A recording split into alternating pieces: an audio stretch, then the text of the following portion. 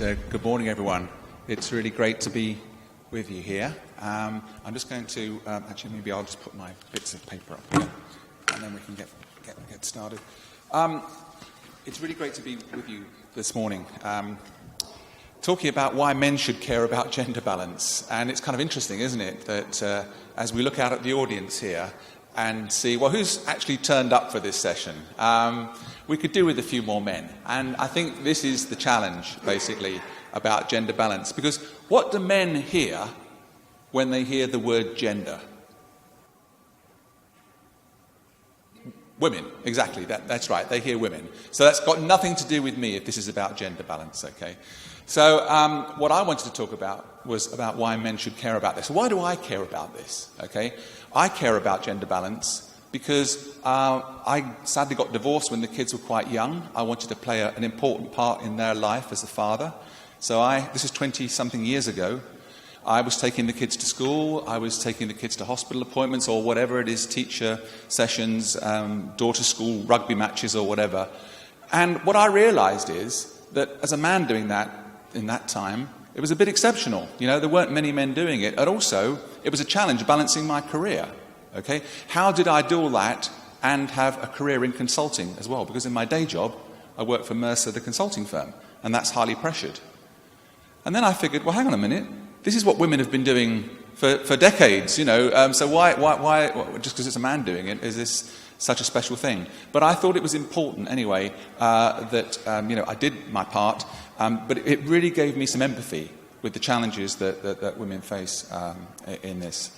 So that's really the first question, is kind of why am I here talking about that? The second question probably is, what is that underneath his jacket? Why is he wearing a T-shirt? Okay, some of you might have thought that, I don't know. But what I've discovered is when I'm talking about these topics, actually if I want to get people's attention and break the ice and have a bit more fun, that in general, it works to have a T-shirt. I actually first hit upon the idea at a conference in Brussels, speaking to women in media about can men be feminists? And so I found this T-shirt that said, this is what a feminist looks like. And I put it on and went to the conference and got some interesting reactions. So, with your permission, I'd like to reveal my latest edition of my T-shirt. Is that okay if I take it off and you can see what's under here?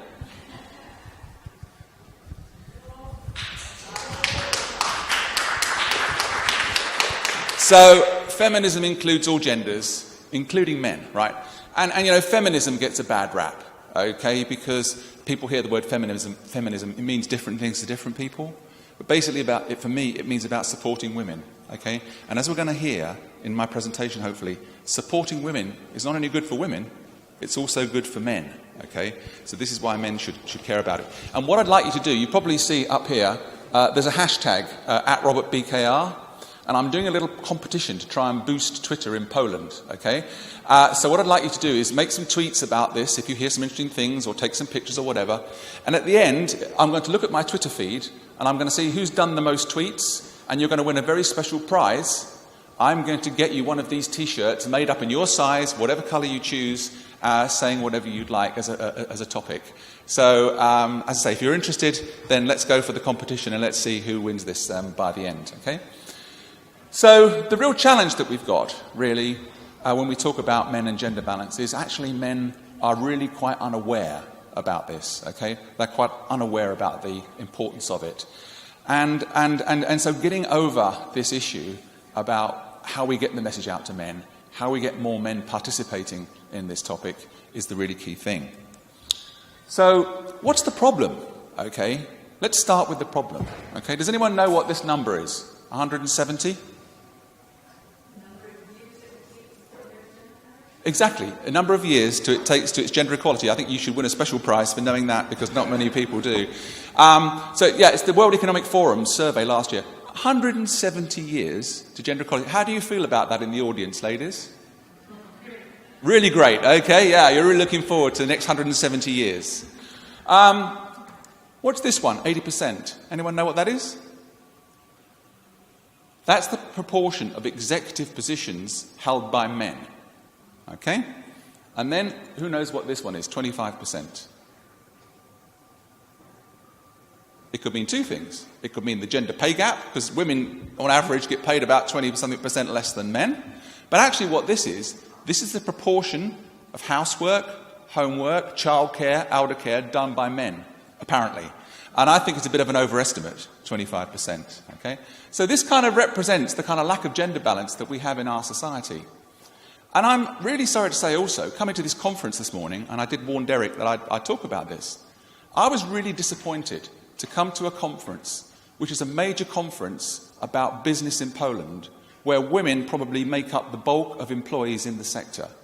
I was really disappointed to find that of the headline speakers, 24 headline speakers, 20 of them were men, and only 4 were women. Out of the 66 other speakers, people like me, it was 45 men, and it was 21 women. Okay?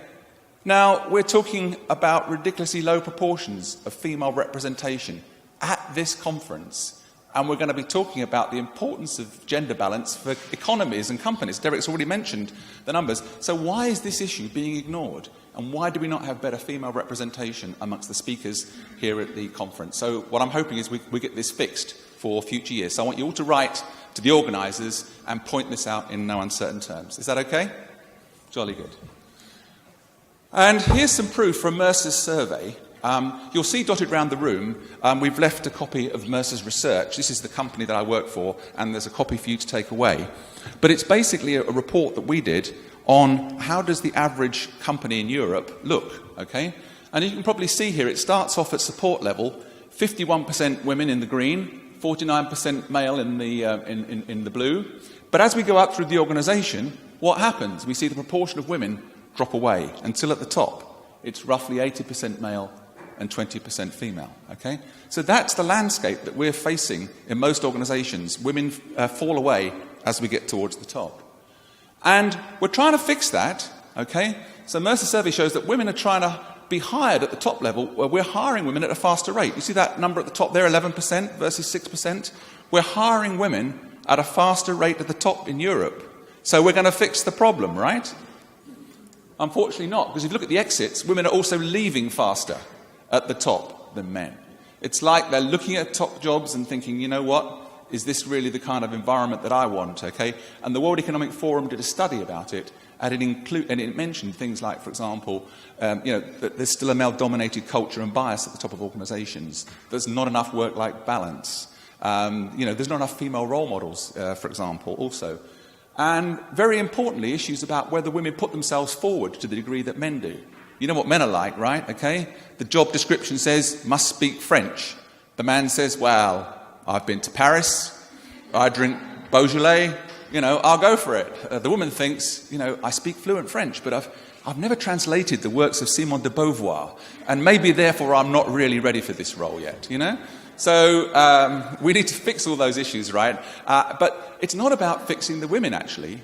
What we need is enlightened people managers recognising that their best future talent is going to come from women maybe that aren't putting themselves forward to that degree. So it's about them identifying those women and saying, how have you thought about doing this next role? Have you thought about what you might achieve here? And really encouraging them to put themselves forward, because they've got a lot to offer to the organisation.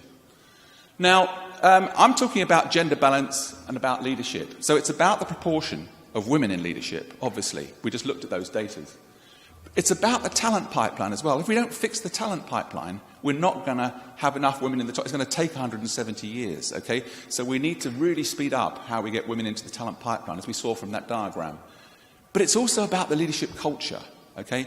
We need a culture where people of all backgrounds, need support, okay? We're talking about inclusive culture, a culture that's fair. We need a leadership culture that really brings out those values, because that's the kind of culture that will support women and men doing the best that they can.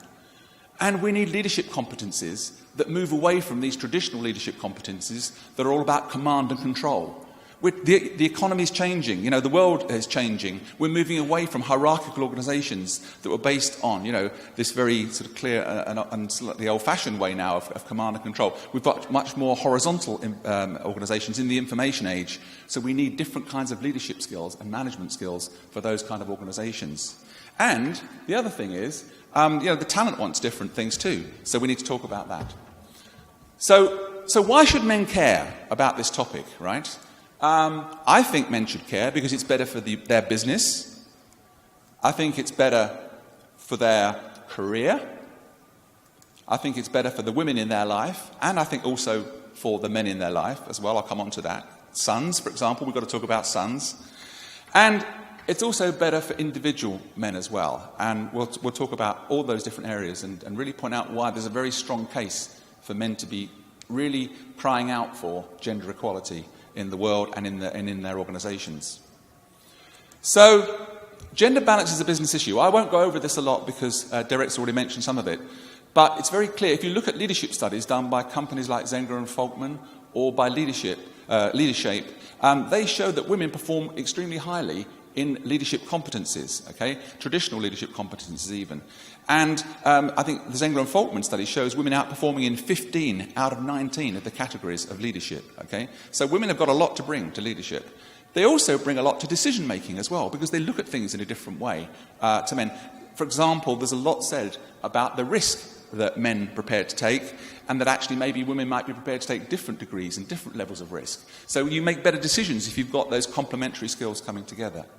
But it's also about talent as well. Gender balance is going to attract talent. The talent of the future, both women and men, does not want the organisations that we've had till now. They want different organisations that basically give them more scope to perform, give them more scope to bring themselves to work.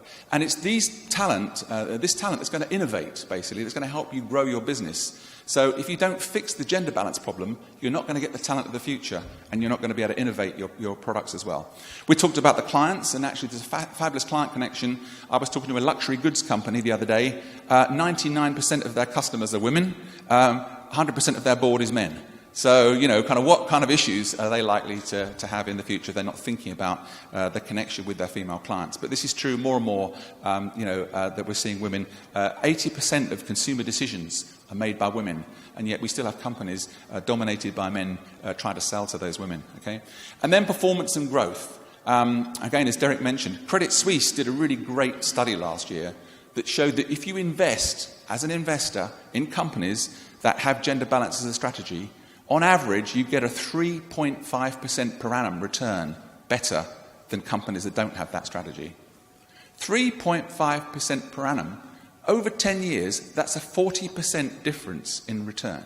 So if you're an investor, why would you not invest in companies that have gender balanced boards and leadership and strategies? Okay? And this is the complete no-brainer that I don't really get. And why haven't people woken up to that? You all have investments, you all have pension funds. Why are your investments being managed in a way that doesn't reflect gender balance? You should go and talk to the people that manage your investments and get them thinking about these issues.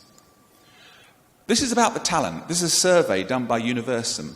And it just talks about what does future talent want in work. And this is typically the millennials, okay? But what are they looking for? And there's a variety of different things there. Things like, obviously, a great atmosphere and good technology, that goes without saying. They also want more feedback and professional development. But I've underlined a couple of things here that they say they want. Diverse and inclusive workplace, and work-life balance and a sense of purpose. And we heard this yesterday on the session in Millennials, didn't we? About meaning. Give me meaning in my job. Give me meaning in my role.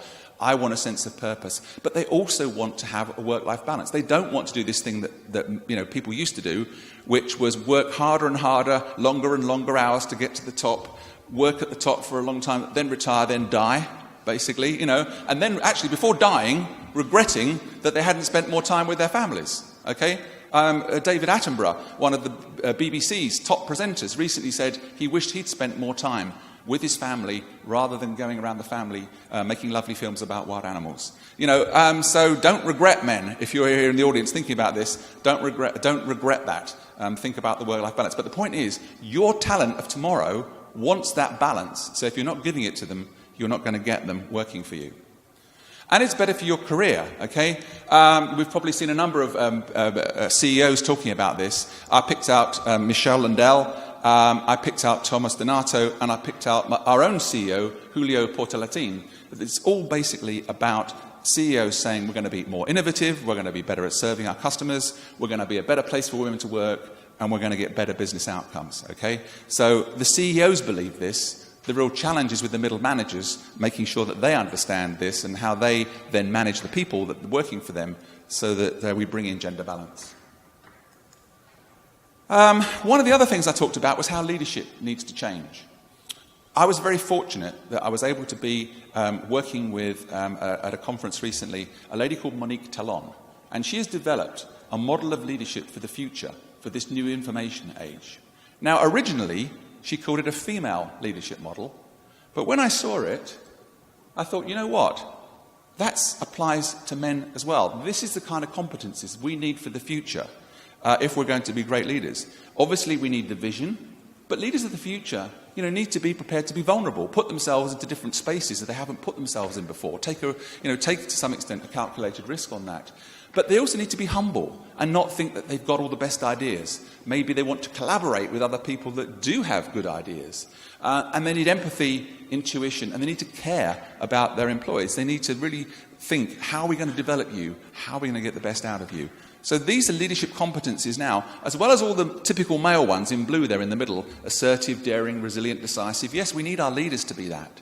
But for the future, we're going to need leaders that have got a much broader, maybe you might call them softer skills, whatever, but that's the kind of skill set that leaders of tomorrow are going to need, okay? And basically both men and women can have those. It's not just women only that can do empathy, for example, or intuition. Men can do that as well. But we've got to get away, we've got to break the role model that says, as a man, I can't express some vulnerability. Now, I don't know if any of you have seen that TED talk by Brené Brown on vulnerability. I'd recommend you see it. Yeah, it's great, isn't it? And it's really there about how vulnerability actually ultimately is the ultimate strength, okay? So don't think it means weakness, because like men run away from that kind of thing. It's actually about understanding, putting yourself in situations where actually you can be vulnerable and learn and grow. And I did say also this is better for the women in your life. Now, does anyone know who this lady on the left is? Maybe I should tell you it's my daughter before you jump to the wrong conclusion. This is my daughter's graduation. This is the proudest moment, or one of the proudest moments of my life, okay? And as a man, being more in tune with gender balance, it's enabled me to have a much better relationship with my female clients, my female colleagues, my daughter, of course, and also, my wife says it's also good at home as well. But, as men, we have women in our lives, whether they're partners, daughters, mothers, whatever, okay? We need to think about what do they want and what do we want for them. And what I have found when I'm working with CEOs and major leaders of corporations is when you start getting them to think about the future that they want for their daughters, for example, they start to look at things very differently. So you mean my daughter's going into the world of work and she's going to be paid 25% less than a man? You mean my daughter's only got 20% chance of getting to the top? My daughter's going to have to deal with lots of, sort of these silly remarks, sexist remarks, the microaggressions. When CEOs talk about that and they realise the landscape that their daughters are going into, they suddenly want to change things and they suddenly want to get involved. So this is a very powerful way. But I think it's also, as I say, gender balance is good for the women in our lives and I think also our sons as well. We have to really get our sons educated in this space as well so that they are comfortable in a gender-balanced environment, because that's going to be one of the best things that we can do to really help them with their progress in life. And of course, for individual men, I think it is better for you. I mean, family and relationships we've talked about, work-life balance. Most men want, these days, I did a session recently on flexible working at Mercer. A number of men put their hands up who are already doing it, and more want to be working flexibly in the future. So work-life balance is absolutely key, and that's going to be better for you as a man, because then you can manage all of these different pressures. So some of the men, for example, at the session I ran, were saying, well, I feel guilty when I leave early to go to my daughter's school play, or I feel guilty if I'm leaving the office because I've got to go to my son's ballet classes or whatever. Men don't want to feel guilty anymore. They want to have an open environment where they can talk about their responsibilities outside of work. And they want to have a culture where they can have that balance. And so this is what we need. We need a work-life balance. We need flexible working. We need men to take their paternity leave, for example, so that they experience and companies change their whole approach to how we have parents going out to look after their kids and then coming back into the world of work. This isn't just about women anymore. It's about men as well, and how men and women and people of all genders have families, basically, and how they accommodate families and career. This is the new discussion that needs to be happening.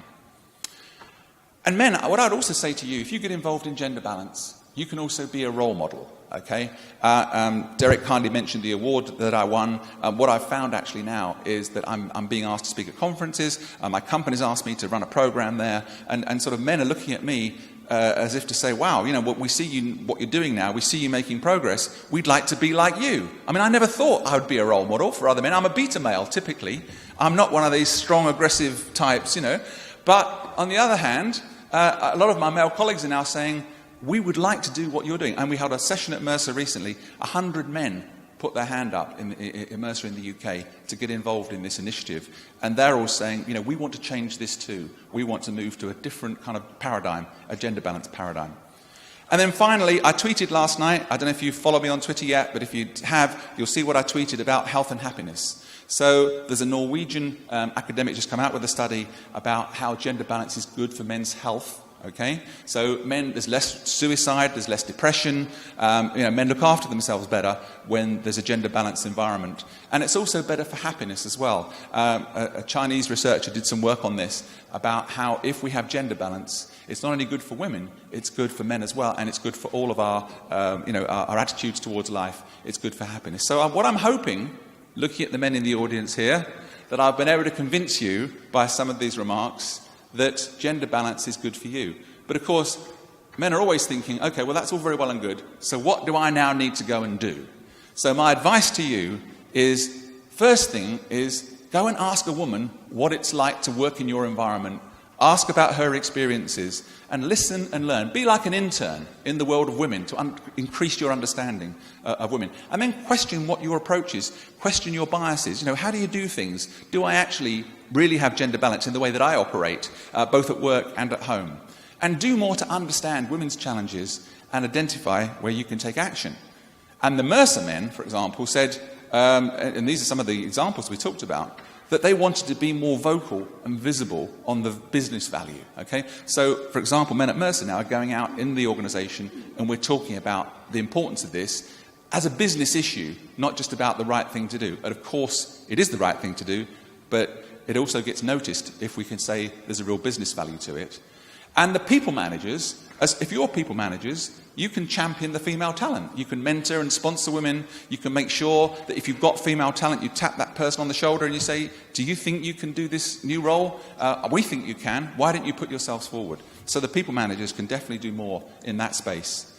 And men can also role model these behaviours at work and home. As a male leader, the men and the women in your organisation will look up to you. If they see you working flexibly, if they see you taking paternity leave, you're going to role model that, both in the office and there's the other 50%, right? Doing your 50% at home with the childcare, the elder care, etc. So, these are specific actions that men can take today to make a difference in their lives and the lives of others around them. And then challenge negative behaviours and biases. So I've done that today. I've challenged ABSL to change what they're doing about having more women speakers, okay? But wherever you see negative behaviours or biases or whatever they are, don't stand back, challenge them, get involved, because that's what we need to do. And then hopefully we can really boost the pace. I hope you love my dynamic rocket there. Boost the pace towards gender equality, because where I want to get to, I want to come back to Łódź in 2027, and I want to find that we've got 0 years to go to gender equality. We've compressed 170 years into 10. What do you think? Do you think we can do that? I want to find we've got 50% of women on boards and executive positions in Poland and out throughout Europe, okay? And here's the killer. I want to have 50% of men at home doing this, housework, childcare, elder care, etc., okay? Do you think we can get that one, ladies? And of course, the other 50%, I want to come back and speak at an ABSL conference where not only is this a mainstream session, but it's also, we've got 50% of women on the speaking panels. Okay, so thanks very much. I'm very happy to take any questions. We've got a few minutes, but I really want you to be thinking as you go out of this session this morning, what am I going to do to make a difference? Because nothing is going to change unless you go out of here and do something differently. Thank you very much. Okay.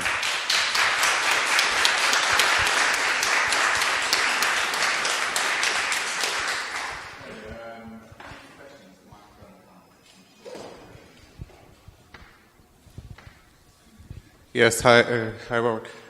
My question would be, how do you deal with that?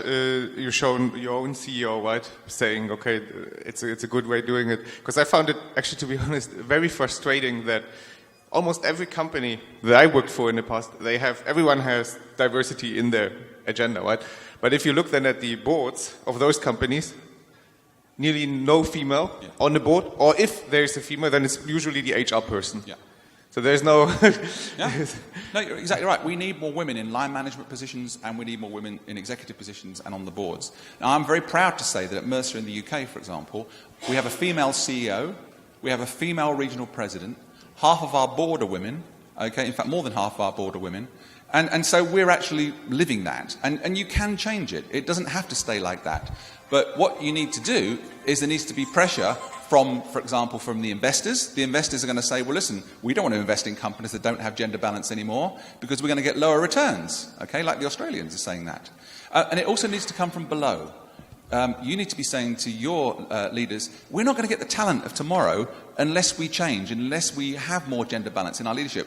Because, you know, if I'm a man going into a company today, do I want to work for a company that's completely male-dominated? No, I don't. So you're not going to get... So we've got to build the argument from the bottom up, and we've also got to build the argument from the top down. So hopefully that will help a bit. You know, but we've all got to make action. We've got to take actions to really alert everyone to this issue. Thank you. One action my company's done, just to add to this, which may be interesting for you, Robert, as well, we have a terrible data problem. So we're 50% at the entry level, and we're 15% at the senior management level. So it's an appalling situation. It's worse than the data you showed. What our CEO has done is he's put it as a personal objective for the board members to increase that 15 to 25. Still not great, but there's still 10% increase. And their pay will be measured based on that. That's in this year's objectives target. Wow. So we've become much more action-orientated, and it's not a quota, it's a target, not a quota. But actually, it'll hurt. If they don't meet that, it'll hurt their bonuses, basically, which is what drives people in banking. Yeah. No, fabulous. And you're absolutely right, Derek. That's being done by other companies too. So that's a really good strategy. So yes. Sorry if I may just ask a question about that, because this does sound like a quota. Are you sure it will actually turn for the benefit of the female executives employed in the course of this action? Of course, it's one of many things we're doing. But we've tried everything else. We've been trying this for 10 years. It's not a quota, but it's the next step towards that. And what we've shown, actually, because we now measure everything in our bank. We measure every statistic, and we can go back the last 5 or 6 years and measure gender balance. We've been increasing about 0.5% a year. So to get to 25%, I don't know how, that'll take many, many years. So it's the next ratchet in making it happen. We will see whether it works or not, actually. Yeah. I mean, business generally respects targets in all sorts of different areas. So having a target for the proportion of women at the top is important too. The key question, of course, is how do the men then feel about that? Do they feel, oh, well, that's it, no promotions for me anymore, we're going to be... And women want to feel they're promoted on merit and not because they're women, right? Okay? So you have to address that in the way that you communicate it. But it is about trying to change a situation where in the past women have been disadvantaged. And we need to be very clear about why women have been disadvantaged, and we need to change that. So things like more flexible working, more paternity leave, more equality there, more people managers that really understand the talents that women can bring to the organisation. All of those things can really help level that playing field, because at the moment, women are trying to compete, if you like, with men with one arm, behind the back, basically, because of the challenges. So we know those targets will really help to address that, I think, and get people's attention on it. And the message we tell people actually is, so the senior leadership of the banks are all paid based on the share price as well. So the share price goes up, we'll make more. People are told that our company will perform better if you have better gender ratio. So that starts to get to people's kind of drivers, which is money and things. So it helps. Okay.